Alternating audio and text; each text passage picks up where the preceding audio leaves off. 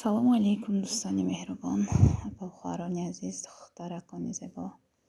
ҳамагии шуморо бо иде ки дирӯз буд гузашт, чун видео карда натонистем. муборак бод гуфта хоҳонам ки ҳамеша хонаводаатон фазои идона дошта бошад, то иди соли дигар зиндаву саломат бошед. худованд ба ҳамаи якояки мо ризқу баракат ва сабр диҳад.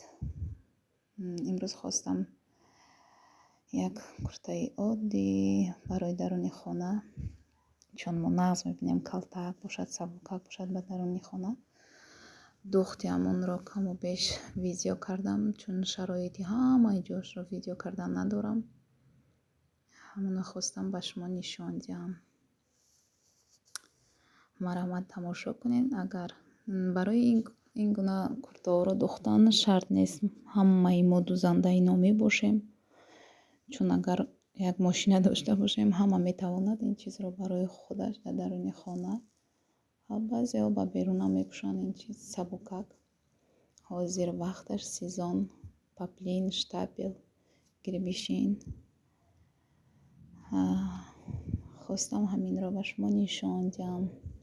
боқи дар амони худованд нигаҳбонатон бошад. агар дар бораи дузандагӣ чӣ намуд саволе бошад, новобаста аз кӯдакона, калонона, чӣ намуд фасонҳо, метавонед дар комментария навишта кунед, ҳатмӣ ҷавоб медиҳем. раҳмат пеш аз тамошоятон.